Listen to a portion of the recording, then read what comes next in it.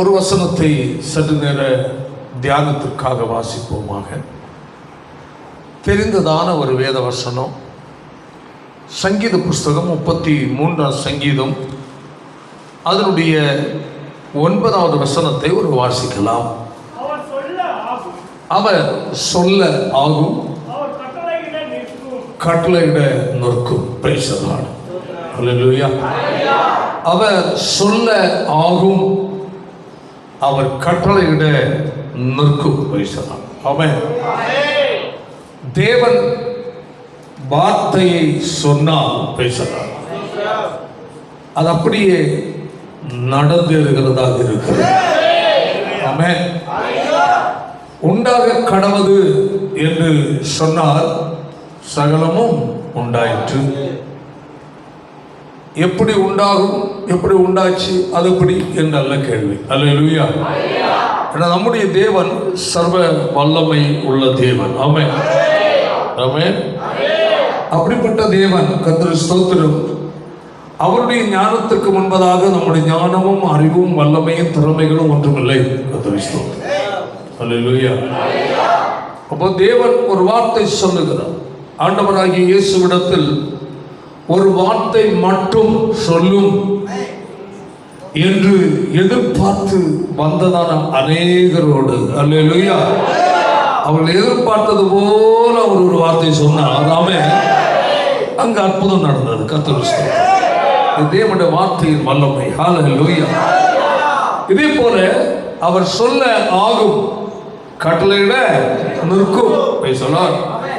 வேதத்தில் அநேக காரியங்கள் தேவன் செய்திருக்கிறார். கர்த்தர் ஸ்தோத்திரம்.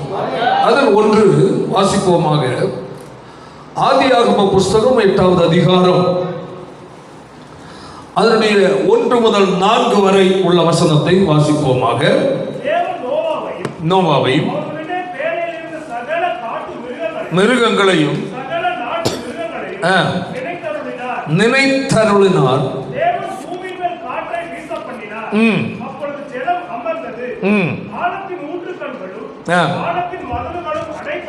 அடைப்பட்டன, நின்று போயிற்று.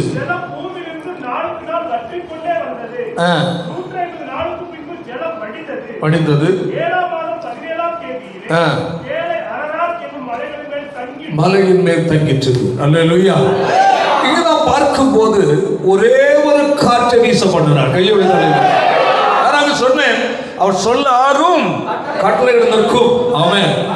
கர்த்தர் செய்ய நினைத்தது ஏதொன்றும் என்ன செய்ய தடைபடாது என்று சொல்லப்பட்டது. ஆமென். நான் கோணலாக்குவனை யார் நேராக்குவார் என்று கேட்கிறார். ஆமென். நான் துறப்பேன், யார் அதை அடைப்பார் என்று சொல்லுவார். ஆமென். நம்முடைய தேவன் சர்வ வல்லமை உள்ள தேவன். ஆமென். தேவன் செய்ய நினைத்ததை எந்த ஒரு வல்லமையும் தடுக்க முடியாது என்பதாக சொல்லுவேன். ஆமென். அதுதான் யோபு சொல்லுகிற 42 அவன் 2 வாசிக்கும் போது வாசிப்போமாக. செய்ய வல்லவன், சகலத்தை செய்ய வல்லவன், செய்ய நினைத்தது ஒன்றும் தடைபடாது. கையை வைத்தாவே சொல்லுவாங்க. என்ன சொல்லப்பட்டு, எனக்கு ஆலோசனைக்காரனாக இருந்தவன் யார் என்று கேட்கிறார். ஆமென். அவர் வார்த்தையினால் உருவாக்கினார். அவருக்கு ஆலோசனை கொடுக்க யாருமே இல்லை. ஹல்லேலூயா. உங்கள் கண்களை ஏறெடுத்து பாருங்கள், இவைகள் எல்லாம் என்ன செய்தது, உண்டாயின. வாசிப்போம் 40 ஏசாயா. உங்கள் கண்களை ஏறெடுத்து பாருங்கள், அவைகளை சிருஷ்டித்தவர் யார்? புறப்பட பண்ணி அழைக்கிறார். கையை வைத்தாலே சொல்ல, வெட்கத்தை பார், கண்களை ஏறிட்டு பார். ஆமென். ஆபிரகாம் பார்த்து கர்த்தர் சொல்லுகிறார், நீ வானத்தை அண்ணாந்து பார். ஆமென். அவனை வீட்டுக்குள்ள வெளியே அழைத்தான். அல்லேலூயா. ஆபிரகாமே வெளியே வந்தான். கையை வைத்தாலே சத்தமாச்சு. அல்லேலூயா. வெளியே வந்தா வானத்தை அண்ணாந்து பாருங்க. ஆமென்.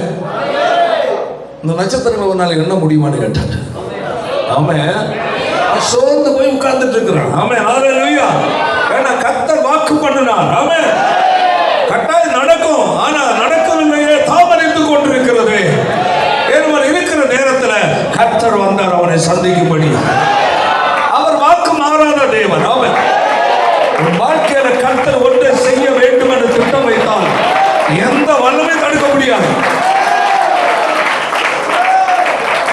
செய்யாததை யாரும் செய்ய வைக்க முடியாது. ஆமென். தேவ மக்களுடைய காரியத்தை கர்த்தர் ஒரு வைராக்கியம் உள்ளது. எப்பொழுது இயேசுவை ஏற்றுக்கொண்டாயோ நீ அவருக்கு நீ சொந்தமானவனாய் மாறிவிட்டாய். அதன் பிறகு உன் வாழ்க்கையிலோ உன் குடும்பத்திலேயோ பிள்ளைகளுடைய வாழ்க்கையிலோ ஏதாவது நடக்கணும் என்ன, ஹல்லேலூயா, அவருடைய அனுமதி இல்லாமல் நடக்க முடியாது. ஆமென், ஆமென், ஆமென், ஆமென், ஆமென், ஆமென். கர்த்தரை சேவிக்கிற ஒவ்வொரு தேவனுடைய பிள்ளையை புரிந்து கொள்ள வேண்டும். என்னுடைய தேவன் சர்வ வல்லமை உள்ள தேவன். அவர் செய்ய நினைத்தது ஒன்றும் தடைப்படாது. ஆமென், ஹல்லேலூயா. தேவ பிள்ளைகள் புரிந்து கொள்ள வேண்டும். ஒவ்வொரு அறிக்கப்பட வேண்டிய வார்த்தை இது. ஆமென். காலையில் எழுந்தவன சொல்லணும், என் தேவன் என்னோடு கூட இருக்கிறார். ஹல்லேலூயா. என்ன சொல்லணும்? எழும்பின உடனே ஜெபம் பண்ணிட்டு ஆமென் ஆமென் போட்டு பிடித்துக் கொண்டு சொல்ல வேண்டிய ஒரு வார்த்தை, என் தேவன் என்னோடு கூட இருக்கிறார். அவர் சர்வ வல்லமை உள்ள தேவன். என் கர்த்தர் என்று எந்த பாதையில் நடத்த வேண்டுமோ, என் வாழ்க்கையில் அவர் என்ன செய்ய வேண்டுமோ அதை அவர் செய்யும்படி என்று நான் ஒப்புக் கொடுக்கிறேன். எந்த பாதையில் என்னை கர்த்தர் நடத்த வேண்டுமோ அந்த பாதை நடத்துவதற்கு நான் அர்ப்பணிக்கிறேன் என்று ஒரு தேவனுடைய பிள்ளை விசுவாசத்தோடு கர்த்தருடைய முகத்தை பார்த்து அறிக்கை பண்ண வேண்டும். ஹல்லேலூயா. எப்போது இயேசுவுக்காய் உன்னை இருதயத்தை ஒப்பு கொடுத்தாயோ அப்பொழுது நீ அவருக்குரிய சொத்தாய் மாறிவிட்டாய். ஆமென். அதுக்கப்புறம் எதுவா இருந்தாலும் உன்னுடைய வாழ்க்கையில கர்த்தர் செய்கிறதற்கு நீ இடம் கொடு.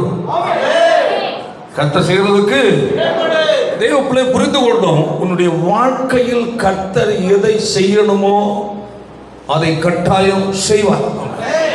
ஆமென். அதை தேவனுடைய பிள்ளை விசுவாசிக்க வேண்டும். ஆமென், ஹல்லேலூயா. என்னை கர்த்தர் தெரிந்து கொண்டார். ஆமென். என்னுடைய வாழ்க்கையில் என்னுடைய தேவன் ஆமென் என்ன செய்யணுமோ அதை கட்டாயம் செய்வார். ஆமென். அவர் செய்ய நினைத்திருக்கிற எந்த காரியத்தையும் எந்த வல்லமையும் தடுக்க முடியாது என்ற ஒரு தெளிவு உனக்கு வேணும். ஒரு தெளிவு வேணும். ஆமென். நீ குடும்பமா இருக்கிறியா? ஹல்லேலூயா. உன் குடும்பத்துல கர்த்தர் கிரியை செய்ய இடம் கொடு. உன் பிள்ளைகள் பிறந்திருக்கிறதா? கர்த்தரோடு ஒப்புக்கொடு. ஆண்டவரே, நான் என் மனைவி ஆமென் என் பிள்ளைகள் ஹல்லேலூயா இவங்க எல்லாரும் உமக்கு சொந்தமானவங்க. ஆண்டவரே, என் குடும்பத்துல நீர் ஆளுகை செய்யும். அப்பா, நீர் நடத்தும், நீர் செய்வது நடக்கட்டும். ஆண்டவரே, ஏன் தெரியுமா? தேவன் செய்வதை நீ உன் வாழ்க்கையில செய்ய நீ இடம் கொடுத்தால் வாழ்க்கையில சஞ்சலம் இல்லை, குழப்பம் இல்லை. தேவன் செய்ய வேண்டிய இடத்துல நீ செய்தா அது வேதனையும் துக்கமும் பிரச்சனையும் தான் முடியும். அநேகர் நான் நீ ஆண்டவருடைய பிள்ளையா இருந்தா நீ அல்ல, ஆண்டவர். ஹல்லேலூயா. தேவரீர் சகலத்தையும் செய்ய வல்லவரா இருக்கிறீர். நீ செய்ய நினைத்தது ஒன்றும் தடைபடாத ஆண்டவர்.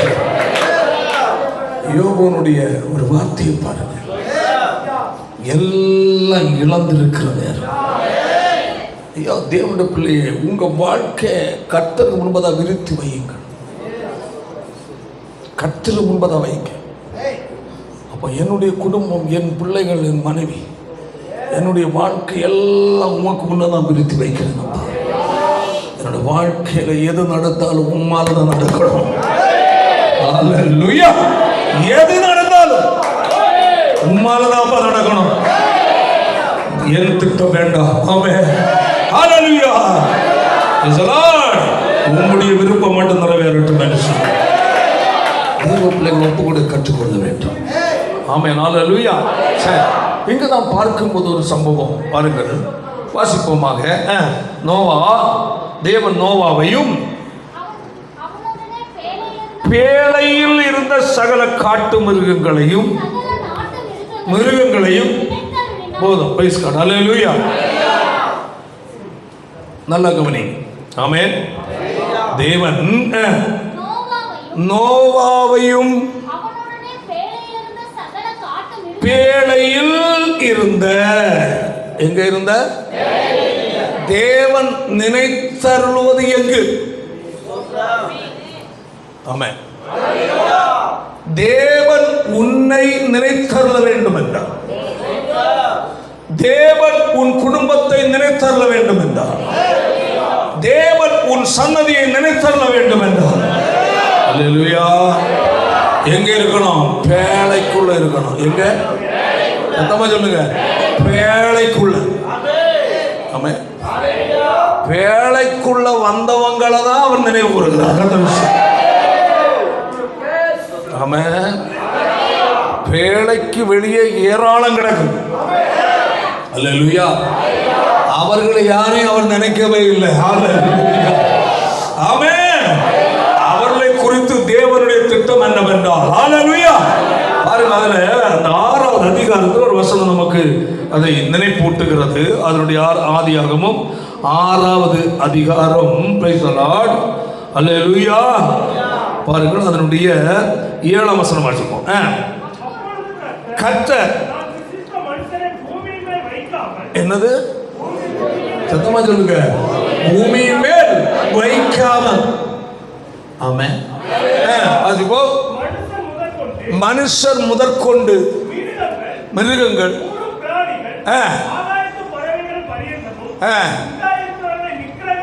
என்ன செய்வேன்? நிக்கிரகம் பண்ணுவேன். அல்லேலூயா. அண்ணா புரிந்து கொள்ளுங்கள். 8வது வசனத்துல எங்க இருக்கிறவங்களை நினைவு கூர்ந்தார்? பேழைக்குள் இருக்கிறவர்களை. அங்க என்ன சொல்லுகிறார்? எல்லா மனிதரையும் மிருகங்களையும் நிக்கிரகம் பண்ணுவேன்.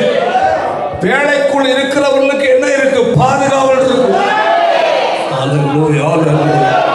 பேழைக்கு வெளியே இருக்கிறவருக்கு பாதுகாவல் இல்லை, அவனுக்கு அழிவு காத்திருக்கு. ரட்சிக்கப்பட்டு மனம் திரும்பி இயேசுவை ஏற்றுக்கொண்ட நீ, ஹல்லேலூயா, ஞானஸ்நானம் நீ எடுத்திருக்கிறியா? புரிந்து கொள். நீ எங்க வந்திருக்கிற? பேழைக்குள்ள வந்திருக்கிற. கையை தட்டி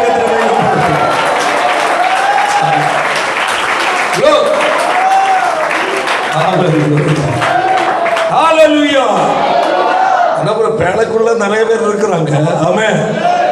யாரெல்லாம்? நோவா.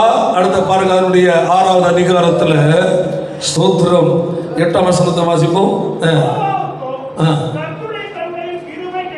நோவாவுக்கோ கர்த்தருடைய கண்களில் கிருபை கிடைத்தவன் தான் பேழைக்குள்ள வருவான். ஆமென். கிருபை பெறாதவன்னா பேழைக்குள்ள வர மாட்டான். கிருபையால் கிறிஸ்து இயேசுவில் உள்ள மீட்பை கொண்டு நீதிமான்களாக்கப்பட்டீர்களே. கிருபை பெற்றவர்கள். ஆமென். கிருபை பெற்றவர்கள் மீட்கப்பட்டவர்கள். கிருபை பெற்றவர்கள் ரட்சிக்கப்பட்டவர்கள். கிருபை பெற்றவர்கள் கர்த்தருடைய பாதுகாவலில் கொண்டிருக்கிறவர்கள்.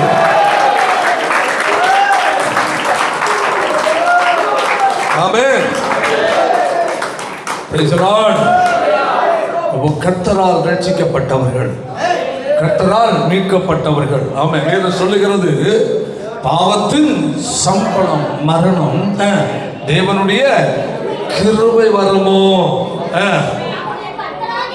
இயேசு கிறிஸ்துவினால் நித்திய ஜீவன். ஆமென். அந்த கிருபை எதற்கு பெற்ற கிருபை? நித்திய ஜீவனுக்கு பெற்ற கிருபை. தேவனுடைய கிருபை, அல்லேலூயா, உன்னை ரட்சித்து எதற்காக பேழைக்குள்ள வைத்திருக்கிறார்? நித்திய ஜீவனை கொடு. ஆமென். புரிந்து கொள்ளணும். அதுல நோவாவுக்கோ கர்த்தருடைய கண்களில் கிருபை கிடைத்தது. ஏன் கிருபை கிடைத்தது? வாசிப்போம். நோவா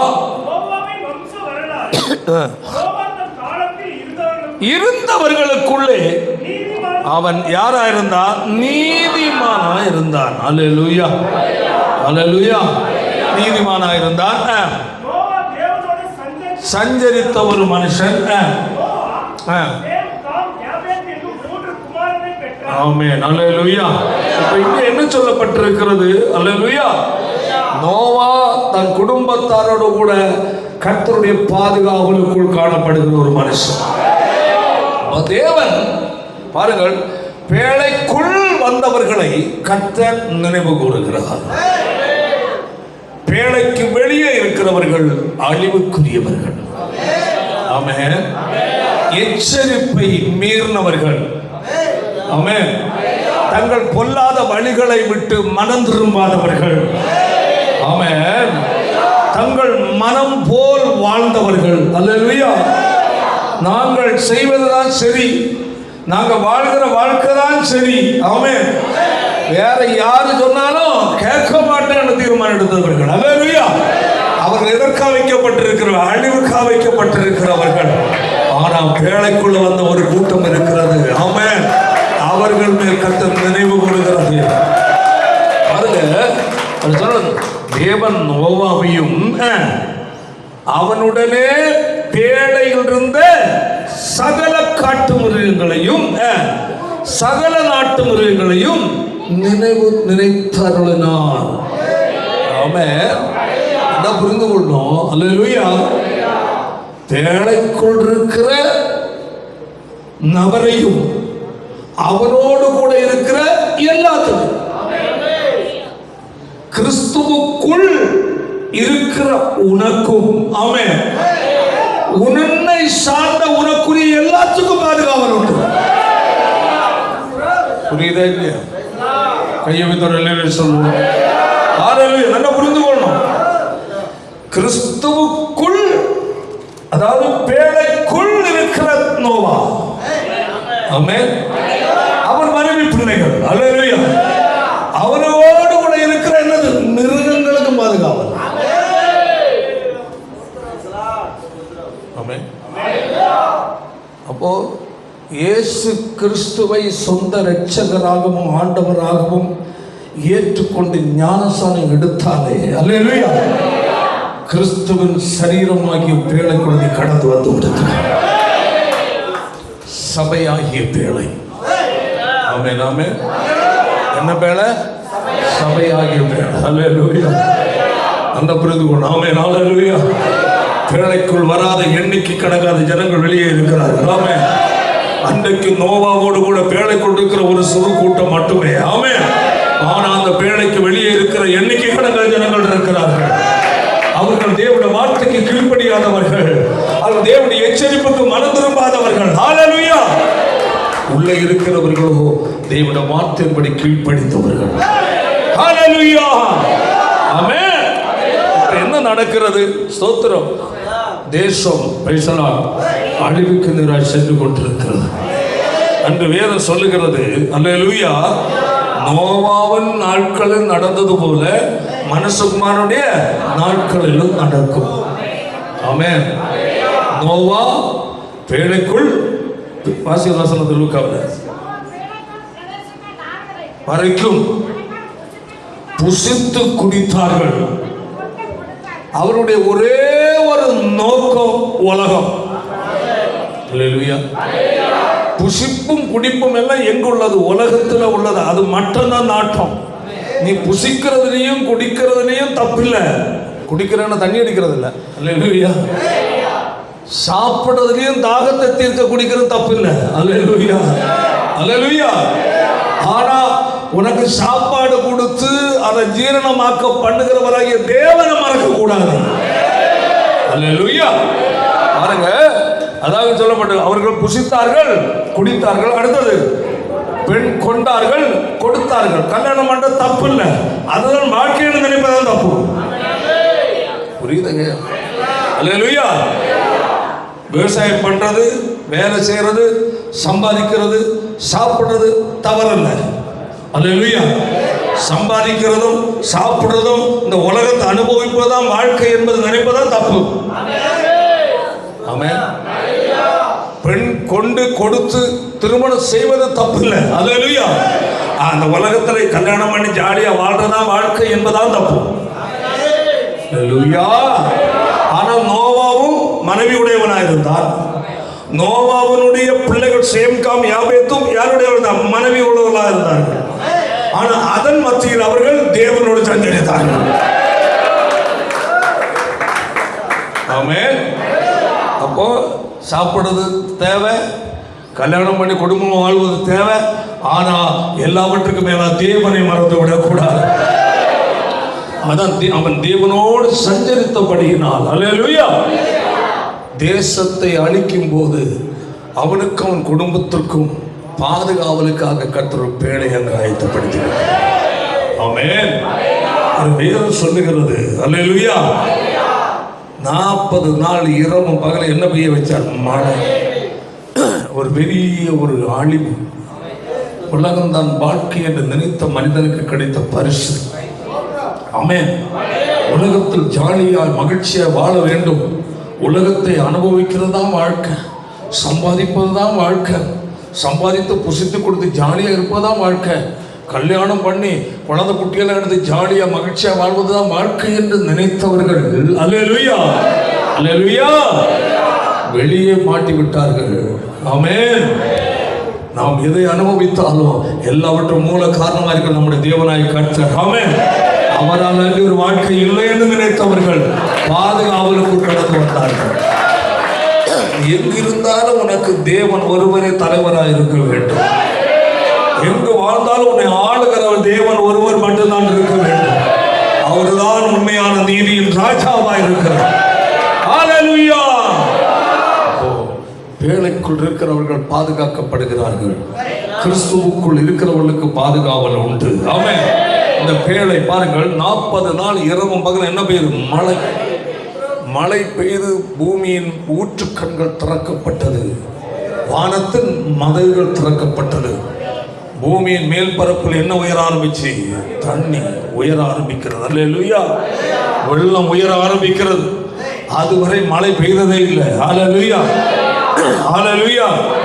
நோவாவின் நாட்களில் பெய்த மழை தான் முதல் மழை. புரியுதா இல்லையா? அதுக்கு முன்னே நீ வசனத்தை படித்து பார்த்தீங்கன்னா கர்த்தர் என்னதான் பிரைசலால் பனி எழும்பி பூமி எனச்சு அந்த அனைத்தது என்று வேதம் சொல்லுகிறது. அதற்கு முன் மழை பெய்த முதல்ல மழை பெய்யுது. ஆமென்.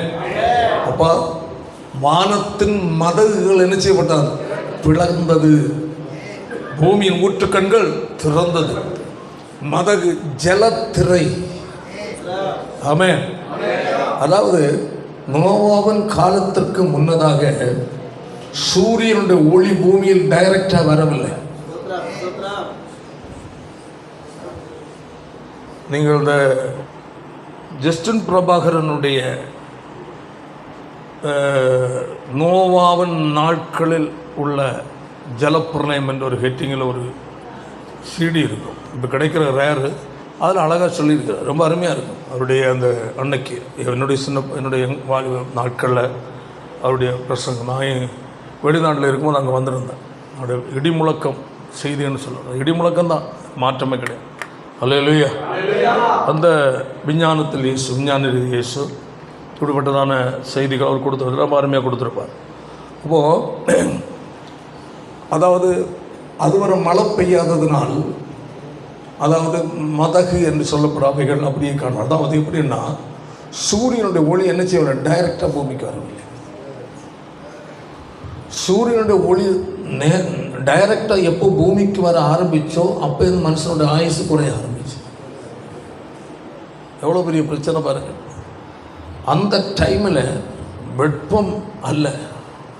நான் நினைக்கிறேன், என்னுடைய யூகத்தை தான் யோசிப்பது, மனுஷனுடைய வாழ்க்கையே எப்படி இருந்த ஒரு ஏசிக்குள்ளே இருந்தது மாதிரி. வெயிலே டைரக்டாக இல்லை.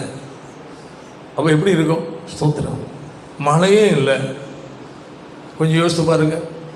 அப்போ அவ்வளவு பாதுகாவலான ஒரு வாழ்க்கையை தேவன் மனிதனுக்கு நியமித்திருந்தார்.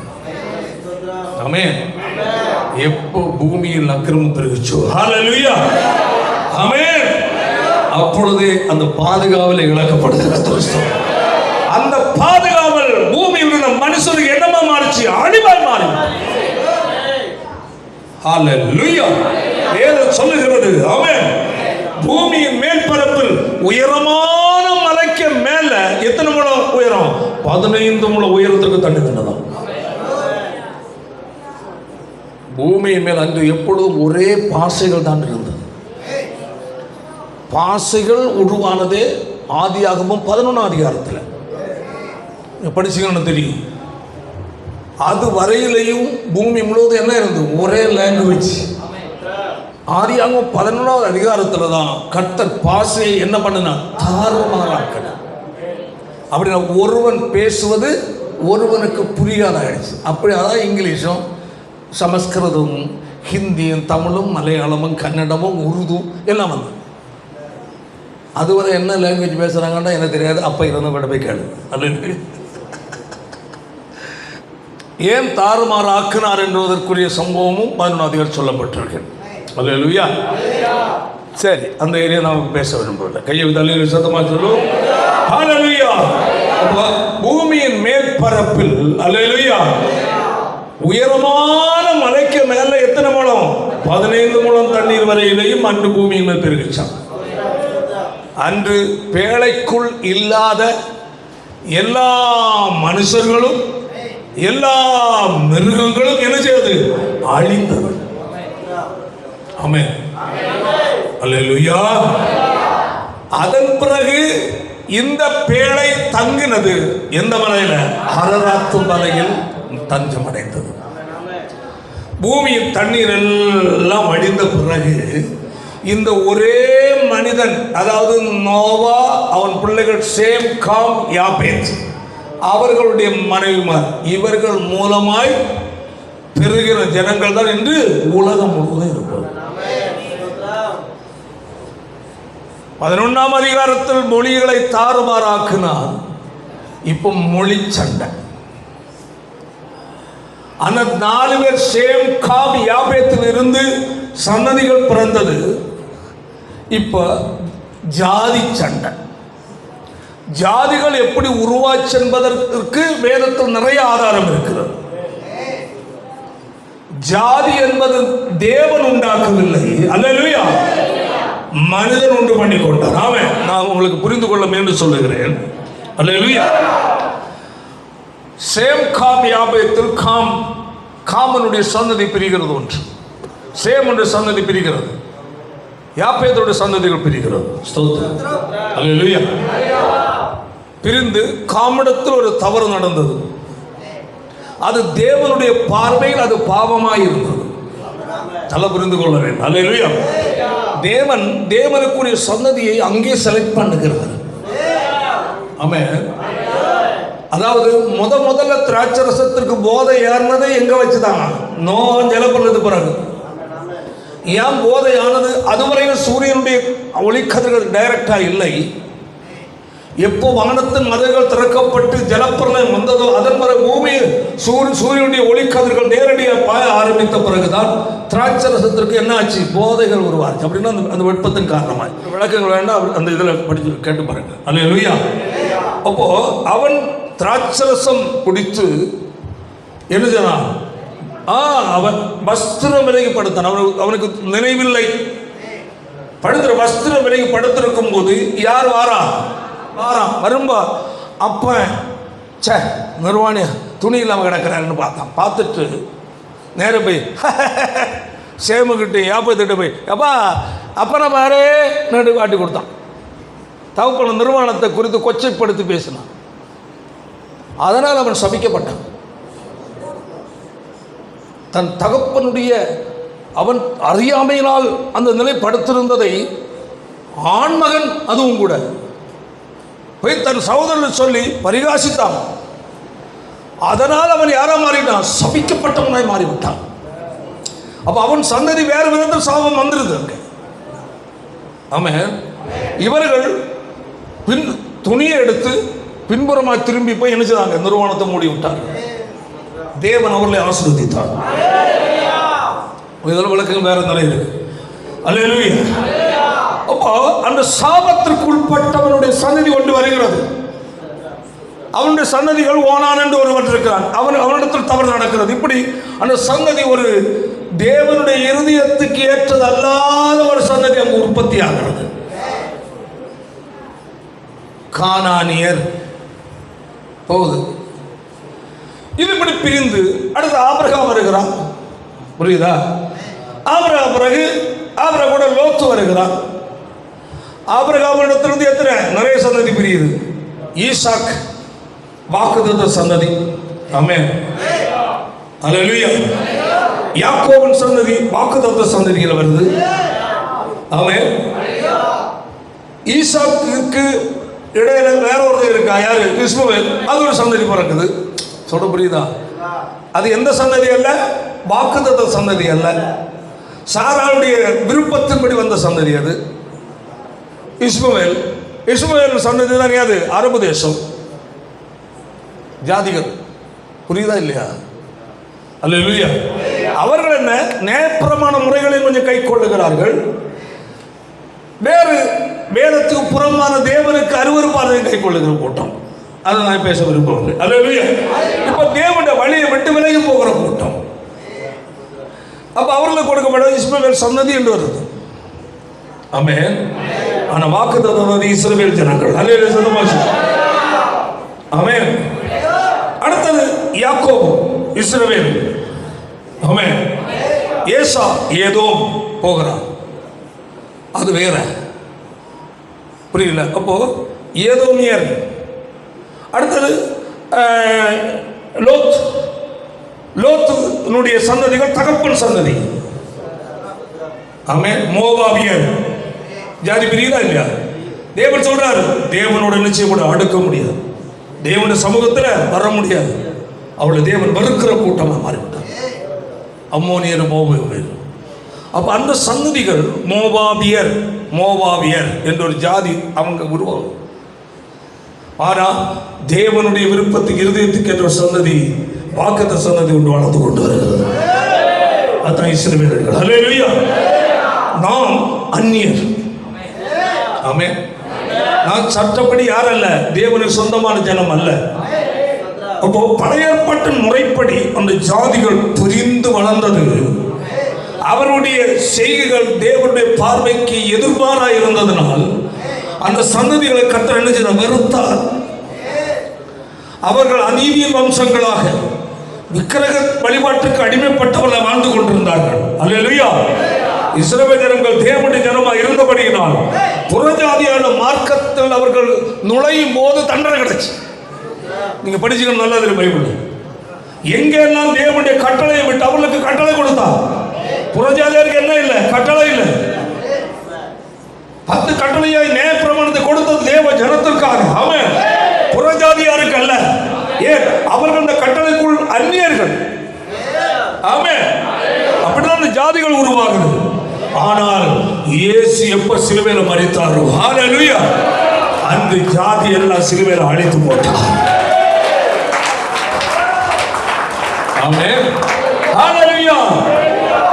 புதிய ஏற்பாட்டில் வரும்போது யூதன் என்றும் இல்லை, கிரேக்கன் என்றும் இல்லை, அடிமை என்றும் இல்லை, சுவாதீன என்று எல்லாரும் கிறிஸ்துவ இரத்தத்தால் நாம் எல்லாரும் ஒரே சரீரமாக இருக்கிறோம். அதாக புதிய ஏற்பாட்டில் என்ன எடுக்கக்கூடாது? ஜாதி பார்ப்பதில்லை. ஆமென். ஒருவன் ஜாதி பார்த்து அந்த வெறியில போகிறான் என்றாலே புதிய ஏற்பாட்டினுடைய சட்டத்திட்டத்துக்கு மாறி போகிறான். அல்லேலூயா. நாம் அந்நியராயிருந்தோம், இஸ்ரவேலின் காணியாட்சிக்கு புறம்பரவர்களாயிருந்தோம், தேவனுடைய வாக்கு தத்தத்துக்கு அந்நியராயிருந்தோம், நாம் தேவன் அற்றவர்களாயிருந்தோம். ஹல்லேலூயா. ஆண்டவராகிய இயேசு சிலுவையில் சிந்திய இரத்தத்தின் மூலமாக நாம் தேவனுக்கு சொந்தமானவராய் மாறினோம். இயேசுவின் இரத்தத்தால் மீட்கப்பட்டவர்கள் பிதாவாகிய தேவனை அப்பா பிதாவை கூப்பிடும் பெரிய ஒரு பாக்கியத்தை கண்டார். அதாவது கிறிஸ்துவுக்குள் வந்து விட்டால். அல்லேலூயா. போன வாரம் அந்த பலியாகி ஆராதனை கொடுத்து உங்களுக்கு பேசணும் கொஞ்சம். அந்த என்னது இனவெறி, ஜாதி வரி, நான் பெரியவன் நான் சின்னவன், அவன் வேற நான் வேற என்று பேசுகிற வார்த்தைகள் தேவ மக்களுடைய வாயிலிருந்து புறப்படலாகாது. வேறொரு நபரை நாம் பார்க்கிறோம் என்றால் அப்படிப்பட்ட ஒரு சிந்தையோடு நாம் நினைச்சு கூட பார்க்கக்கூடாது. அந்த நிலையில் நாம் பார்த்து பழகிறோம், பேசி பழகிறோம் என்றாலே அல்லேலூயா, தேவனுடைய ஆசீர்வாதத்திற்கும் தேவ பாதுகாவலுக்கும் எங்க வந்துக்கிறோம்? வெளியே வந்திருக்கிறோம். புரியுதா இல்லையா? தேவ பிள்ளைகள் ரொம்ப தெளிவா இருக்கணும். அல்லேலூயா. சரி. ஆமென். அப்போ கிறிஸ்துவுக்குள் இருக்கிறவனுக்கு புதிய ஏற்பாட்டில் என்ன இருக்கு? பாதுகாப்பு இங்கு சொல்லப்பட்டிருக்கிறது. அல்லேலூயா. அந்த பேழைக்குள் இருக்கிறவர்களுக்கு கர்த்தர் பாதுகாவல் கொடுத்தார். பூமியானது ஜலத்தினால் என்ன செய்கிறது? நிரம்பி நிற்கிறது. அன்று தேவனுடைய எச்சரிப்புக்கு கீழ்ப்படியாதவர்கள் எல்லாரும் ஜலத்தில் மாண்டு போகிறார்கள். அல்லேலூயா. ஆனா பேழைக்குள் இருக்கிறவர்களோ பாதுகாக்கப்பட்டவர்களாக அல்லேலூயா ஜலத்தின் மேல் என்ன செய்ய மிதந்து கொண்டு போகிறது பேழை. ஆனா ஒன்று புரிந்து கொள்ள வேண்டும், இந்த பேழை இளைப்பாறுதல் அடைய ஒரு வருடம் உண்டு. ஆமென். அல்லேலூயா. அதுதான் அரராத்து மலை. ஆமென். இந்த பேழை ஒருவேளை பேழைக்குள் இருக்க நினைக்கலாம், ஐயோ நாங்கள் ஜலத்துக்கு மேல நிற்கிறோமே, எங்களுக்கு கால் வைக்க இடமில்லை. ஆமென். ஆனா ஒன்று புரிந்து கொள்ள வேண்டும், இந்த ஜலத்துக்கு அடியில உனக்காக இளைப்பாறுகிற ஒரு இடம் இருக்கிறது. அல்லேலூயா. அதுதான் அரராத்து மலை. ஆமென். தேவன் ஒரு மலையை அவர்களுக்கு ஆயத்தப்படுத்தி வைத்திருக்கிறார். அந்த பேழை எங்கு தங்க வேண்டும் என்று தேவனுக்கு தெரியும். ஆமென்.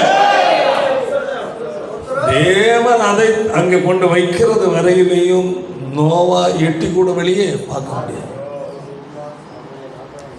பைபிளை பார்க்கும்போது ஜன்னலை கூட கொண்டு வச்சுட்டாரு மேலே. எதை பார்க்கக்கூடாது? பூமியில் ஒன்று நீ பார்த்துறாரு. வேலைக்குள் இருக்கிறவன் எங்கே பார்த்து ரசிக்காத, பூமியை பார்த்து ரசிக்காத. ஹலோ பூமியை பார்த்து ரசிக்கிறதற்கு அனுமதி தேவர் கொடுக்கவில்லை. பூமியில் உள்ள மக்கள் புசித்து குடித்து கும்மாளம் போட்டுட்டு இருப்பாங்க. பெண் கொண்டு கொடுத்து வாழ்கிறதா ஜாலியான வாழ்க்கை நினைப்பார்கள். உனக்கு அப்படியே இல்லை. ஹல்லேலூயா. உனக்கு எல்லாம் இருக்கு, அது பேழைக்குள்ள இருக்கு.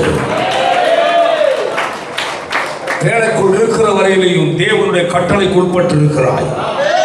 பேழைக்குள் கிறிஸ்துவுக்குள் இருக்கிற வரையிலையும் தேவ பாதுகாவல் உனக்கு இருக்கிறது. ஆமென். வேற ஒரு பாதை உன் கூடாரத்தை அணுகாது. ஆமென். ஆமென். ஆமென். அல்லேலூயா. வேதம் சொல்லுகிறது, கர்த்தர் நோவாவையும் ஆமென் அவருடைய பேழையில் இருந்ததால் சகல காட்டு மிருகங்கள் சகலத்தை எரிஞ்சார் நாட்டு மிருகங்களை நினைவு கூர்ந்தார். நினைவு கொண்ட கர்த்தர் வாசிப்போம். தேவன் பூமியின் மேல் காற்றை வீச பண்ணினார், ஜலம் அமர்ந்தது. அல்லேலூயா சொல்லுவோமா? கர்த்தர் காற்றை வீச கட்டளையிட்டார். ஆமென். ஆமென். ஒரே ஒரு காற்றில் என்ன நடந்தது என்றால் அல்லேலூயா ஜலம் அமர்ந்து, அடுத்தது ஆழத்தின் ஊற்று கண்களும் வானத்தின் மதகுகளும் அடைபட்டது, வானத்தின் மழை நின்றது, அடுத்தது வற்றி போட்டது, வடிந்தது. பேழை ஆறாவது முறை தங்கிச்சு. அல்லேலூயா. ஒரே காற்றை கர்த்தர் அனுப்பினார். ஆமென். எல்லாம் நோவாவை கர்த்தர் இளைப்பாறப்படுவதற்கு எல்லாம் ஒழுங்கை கர்த்தர் செய்து விட்டார். ஆமென். அன்பான தேவனுடைய பிள்ளைகளை, இந்த உலகத்தில் உனக்கும் எனக்கும் இளைப்பாற இடமில்லை. உனக்கு எனக்கு ஆறுதல் சமாதானம் கிடைப்பது கிறிஸ்துவுக்குள் மட்டும்தான். ஆமென். கிறிஸ்துவுக்கு வெளியே உனக்கு ஒன்றுமே இல்லை. ஹல்லேலூயா. ஆமென். தேவனுடைய பிள்ளை புரிந்து கொள்ள வேண்டும். ஆமென். கிறிஸ்துவுக்குள் இருக்கிறவன் கிறிஸ்துவின் உபதேச சட்டத்துக்கு உட்பட்டிருக்கிறான்.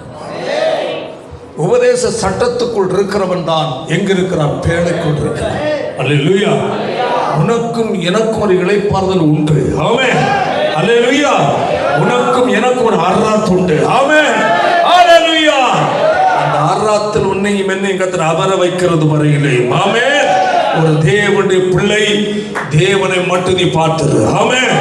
ஏதோ சொல்லுகிறது, அந்த ஜன்னலை கூட எங்க வச்சாரு? தேவன் மேல வைத்தார். அப்ப நோவாவுக்கு பார்க்கிறதுக்கு ஒரே ஒருவரை தேவனை மட்டும்தான். வாசலை கர்த்தர் என்ன செய்தார்? அடைத்தார். கதவாய் வாசலை கர்த்தர் அடைத்தார், பேழையின் கதவை. ஆனால் பேழையின் கதவை அடைத்த கர்த்தர் ஆமென் தேவன் திறக்கிறது வரையிலேயும் நோவா திறக்க முயற்சிக்க கூடாது. ஆமென். தேவனுடைய ஒன்று புரிந்து கொள்ள வேண்டும். ஹல்லேலூயா. கிறிஸ்துவுக்குள் இருக்கிற உனக்காக எந்த காரியத்தை செய்யணுமா இருந்தாலும் அது தேவனால் மட்டுமே. நீ நோக்கி பார்க்க வேண்டிய ஒரே ஒரு இடம் பரலோகத்தின் தேவன். அதிகாலையில் எழுந்தது முழங்கால் படியிட்டு ஆமென் கர்த்தருடைய முகத்தை தேடு ஆமென். ஆண்டவரே, நான் இன்று உம்மை நான் சந்திக்க வந்திருக்கிறேன் ஆண்டவரே. ஹல்லேலூயா. எனக்கு உம்மிடத்தில் தான் நன்மை வேறு எனக்கு ஒத்தாசை வரும் பர்வதங்களுக்கு நேராக என் கண்களை ஏறு. ரட்சிக்கப்பட்ட ஒவ்வொரு தேவனுடைய பிள்ளைகளுக்கும் ஒத்தாசை வருகிற ஒரு இடம் உண்டு. தேவன் சொல்லுகிறது, வானத்தையும் பூமியையும் உண்டாக்கின கர்த்தருக்கு ஒத்தாசை. அல்லேலூயா. நமக்குள்ள ஒத்தாசை தேவனிடத்தில் இருக்கிறது. ஆமென். கர்த்தர் ஒரே காற்றை வீச பண்ணின போது ஆமென் வீச காரணமே நோவாவையும் அவனோடு இருந்தவர்கள் அவர் என்ன செய்தார்? நினைவு கூர்ந்தார். ஆமென். ஆனால் தேவனுடைய எச்சரிப்புக்கு, நோவாவின் எச்சரிப்புக்கு கீழ்ப்படியாதவர்கள் எல்லாரும் என்ன செய்தார்கள்? மாண்டு போனார்கள். ஒரே காற்றில் இளைப்பாறுதல். ஹல்லேலூயா. ஒரே காற்று அவர்களை பூமியில் அவர்களை வாழ்ந்து பெருக வைத்தது. கர்த்தர் ஆமென். ஹல்லேலூயா. ஒரு காற்றுக்கு இவ்வளவு வல்லமை இருக்கிறது. ஆமென். வேதத்தில் இன்னும் நாம் பார்க்கும்போது கர்த்தர் ஸ்தோத்திரம் உண்டாதாக யாத்திராகம புஸ்தகத்தில் 14வது அதிகாரத்தில் காற்றின் தேவன் அனுப்புகிற காற்றின் வல்லமை குறித்து சொல்லப்பட்ட 21ஆம் வசனம் வாசிப்போம்.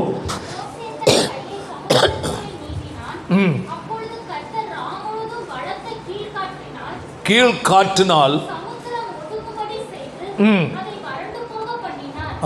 சமுத்திரத்தில் கர்த்தர் காற்றை அனுப்பி ஹல்லேலூயா பிரைஸ் தி லார்ட் பாதை இல்லாத இடத்தில் புது பாதை அவர் ஆயத்தப்படுத்தார். பரிசுத்த ஆவியானவர் ஆமென் நமக்காக பாதை ஆயத்தப்படுத்துகிறவராய் இருக்கிறார். நீ கிறிஸ்துவுக்குள் நீ வாழ்வாய் என்றால் ஆமென். இது யார்? தேவனுடைய கட்டளைப்படி பிரைஸ் தி லார்ட் எகிப்திலிருந்து புறப்பட்ட ஜனங்கள். ஆமென். அவர்களுக்கு எதிராய் போக முடியாதபடி எதிராய் நிற்கிறதான செங்கடலை ஹல்லேலூயா கர்த்தர் இரண்டாய் பிளந்து விடுகிறார். ஆமென். வேதம் சொல்லுகிறது, அவர் கீழ்காற்றை கட்டளையிட்டார். தடையால் இந்த ஜலத்தை என்ன செய்தார்? ஒதுங்க வைத்தார். வேதம் சொல்லுகிறது, உலர்ந்த தரை வழியாய் அவர்கள் நடத்தினார். தேவனால் தெரிந்து கொள்ளப்பட்ட அழைக்கப்பட்ட ஜனங்களை ஆமென் அவர்களுக்காய் செங்கடலையும் பாதையை ஆயத்தப்படுத்துகிறவர், செங்கடலுக்குள்ளேயும் உணர்ந்ததை அவர் உண்டு பண்ணுகிற தேவனாய் இருக்கிறார். ஹல்லேலூயா. அது கர்த்தர் அனுப்புகிற காற்றால் மட்டும். ஆமென். Praise the Lord. ஆண்டவர் தடைகளை மாற்றி தகர்த்து மாற்றி போடுகிறவர், நம்ம முன்னாய் கடந்து செல்லுகிற தேவன். நான் உனக்கு முன்பாக கடந்து சென்று கோணலானவைகளை என்ன செய்வேன்? செவ்வையாக்குவேன். அப்ப தேவன் நமக்குரிய கோணலான தடைகளை கர்த்தர் மாற்றுகிறவராக இருக்கிறார். கர்த்தரால் தெரிந்து கொள்ளப்பட்ட கர்த்தருடைய பிள்ளைகளுக்காய் கர்த்தர் வைராக்கியம் உள்ள தேவனாக இருக்கிறார். ஹல்லேலூயா. அவர்கள் எண்ணாகமத்தில் ஒரு காற்றை கர்த்தர் அனுப்பி இருக்கிறார். வாசிப்போம். 11வது அதிகாரம் 31ஆம் வசனத்தை வாசிப்போமாக. கர்த்தரிடத்திலிருந்து புறப்பட்ட காற்று. எங்கிருந்து புறப்பட்டது? காற்று நிறைய இருக்கு. கையை வைத்து அலையில சொல்லணும். எங்கிருந்து புறப்படுற காற்று? கர்த்தரிடத்திலிருந்து புறப்படும். ஆமென். காற்று இல்லாத இடமே இல்லை. ஹல்லேலூயா. ஆனா கர்த்தரிடத்திலிருந்து புறப்பட காற்று என்றாலே கர்த்தருடைய பரிசுத்த ஆவியானவருக்கு அடையாளமாய். ஹல்லேலூயா. கர்த்தரிடத்திலிருந்து புறப்பட்ட காற்று காடைகளை, இஸ்ரவேல் ஜனங்களுடைய பசியை போக்க ஆமென் அவர்கள் காடைகளை ஆயத்தப்படுத்தினார். ஆமென் ஆமென். கர்த்தர் அனுப்புகிற காற்று உன்னுடைய வாழ்க்கையில் இருக்கிற வறட்சியை மாற்றுவார். கர்த்தர் அனுப்புகிற காற்று ஹல்லேலூயா உனக்குள் இருக்கிற ஏழ்மையை அவர் மாற்றுவார். உன்னுடைய பஞ்சத்தை கர்த்தர் மாற்றுவார். ஆமென். உன் தேவைகளை அது சந்திப்பார். உன்னை அவர் போஷிக்க அவர் வல்லமை உள்ள தேவனாக இருக்கிறார். தேவனுடைய வார்த்தையின்படி புறப்பட்டவர்களுக்காய் கையை வைத்து அலையில சொல்லுவோம். தேவனுடைய வார்த்தையின்படி பேழை கொண்டிருந்தவர்களுக்கு அற்புதம் செய்தார். தேவனுடைய வார்த்தையின்படி புறப்பட்ட தேவ ஜனங்களுக்காக ஆமென் செங்கடலை பிளந்தார். ஹல்லேலூயா. தேவனுடைய வார்த்தையில் வனாந்தரத்து வந்த ஜனங்களுக்காய் கர்த்தர் காடையை உணவளித்தார். ஆமென். கர்த்தருடைய காற்று. ஹல்லேலூயா. கர்த்தர் வீச பண்ணுகிற காற்று பரிசுத்த ஆவியானவர். ஆமென். வேதத்தில் பார்க்க முடியும். கர்த்தர் காற்றை, அதாவது எசேக்கியேல் சொல்லுகிறார், நீ என்ன செய், காற்றுக்கு கட்டளையிடு. ஆமென், ஆமென். அந்த காற்று வீசும்போது உலர்ந்த எலும்புகள் உயிரடைய ஆரம்பித்தன. தேவனுடைய வார்த்தை, ஆமென், ஹல்லேலூயா, உயிர்ப்பிக்கிறதா இருக்கிறது. ஆமென், ஹல்லேலூயா.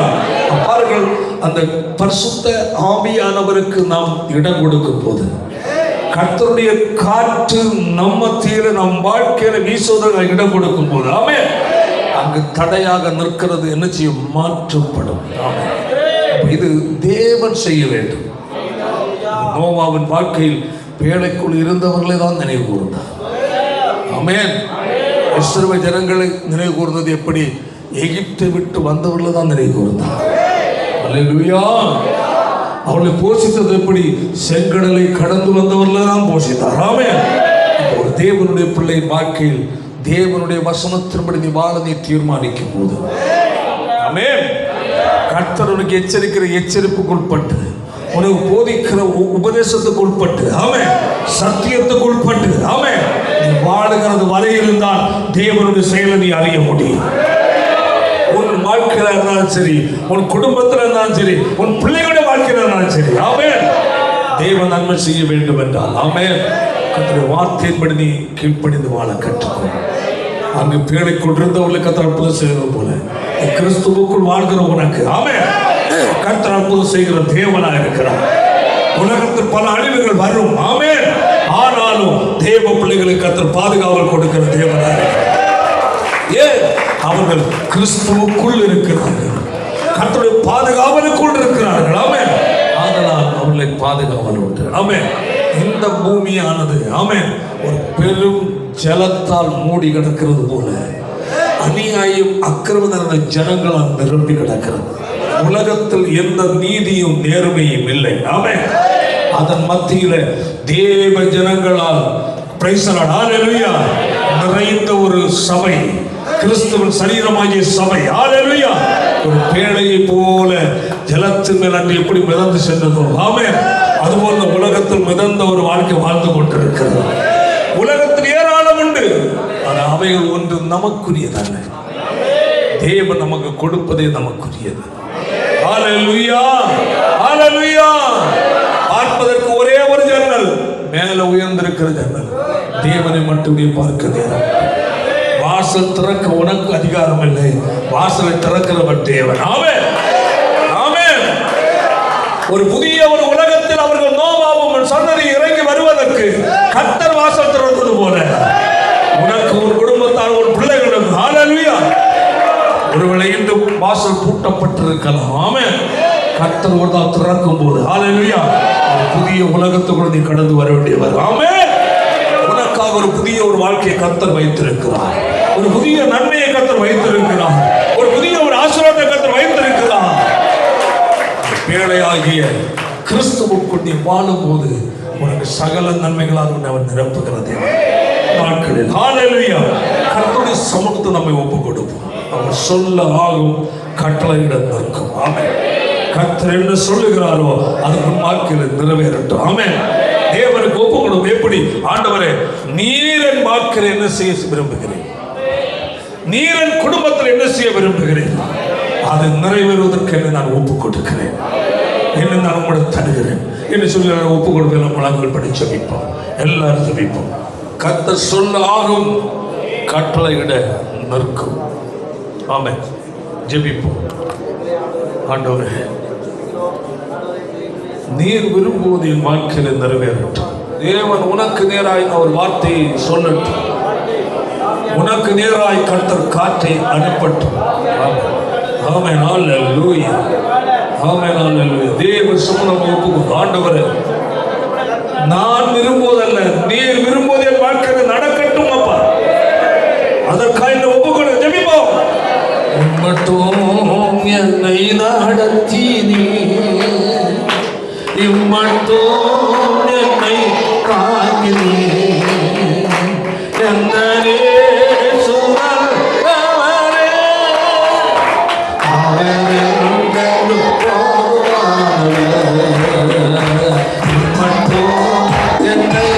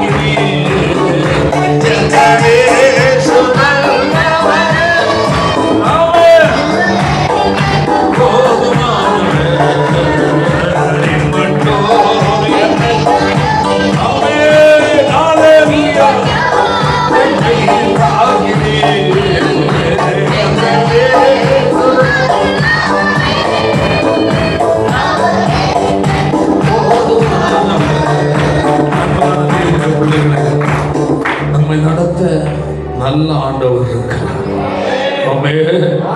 பிள்ளைக்குள் பாதுகாவலாய் நடத்தின ஆண்டவர்.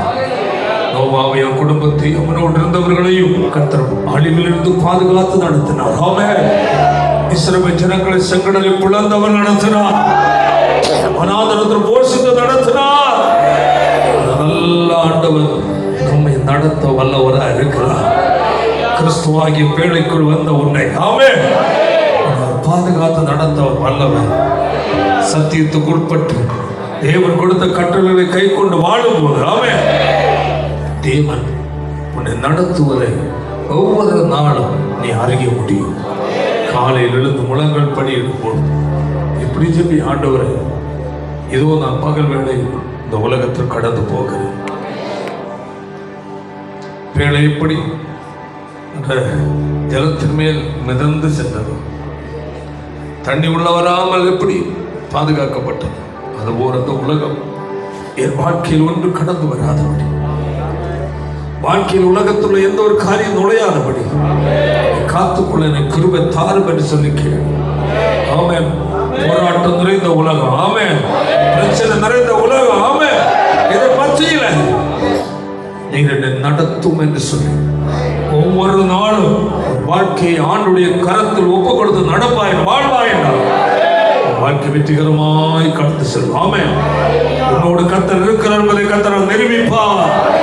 கர்த்தரை சார்ந்து வாழ்கிற தேவனுடைய பிள்ளைகள் அவர் கைவிடாத தேவனா மோடு கொடுத்து பாதுகாக்க வல்லவராக இருக்கிறார். எல்லாரும் ஒப்பு கொடுப்போம். நல்ல பிதாவை நல்ல வேலைக்காக நன்றி அப்பா. இன்று நாள் உங்களுடைய சமூகத்தில் வந்த நேரம் முதலில் மட்டுமா எங்களை பாதுகாத்து கடைசியாக பேசின கர்த்தருடைய வார்த்தைகளுக்காக ஸ்தோத்திரம். ஹல்லேலூயா.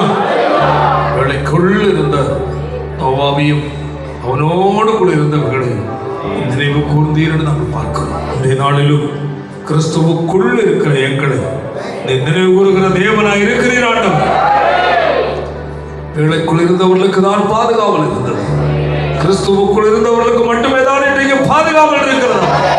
ஒருபோதும் கிறிஸ்துவுக்குள் நாங்கள் நிரந்தரமாய் வாழ்வதை தவிர ஒருவரும் கிறிஸ்துவை விட்டு வெளியே வந்து விடாதபடி காத்துக்கொள்ள கிருபை தர வேண்டும் என்று செபிக்கிறோம் அப்பா. அதுபோல உம்முடைய வார்த்தைப்படி புறப்பட்ட ஜனங்களுக்காகத்தான் செங்கடலை கர்த்தர் இரண்டாய் பிளந்தீரப்பா. அவர்களை தான் கர்த்தர் வனாந்தரத்தில் போஷித்தீர் ஆண்டவரே. அதுபோல வார்த்தைப்படி நாங்கள் வாழும் போது ஒரு குறைவில்லாமல் எங்களை நடத்த வல்லவராக இருக்கிறீர்கள். ஒவ்வொரு கர்த்தர் ஆசீர்வதியும் வந்தவர்கள் கர்த்தர் ஆசீர்வதித்து அனுப்பும் பெரிய காரியங்கள் செய்யும். சர்வதுதி கனமை மேல உமக்கு செலுத்துகிறோம். இயேசுவின் மூலம் ஜெபிக்கிறோம் ஜெபங்களும் நல்ல பிதாவே. செல்லுவதே அது மகிழ்ச்சி தந்த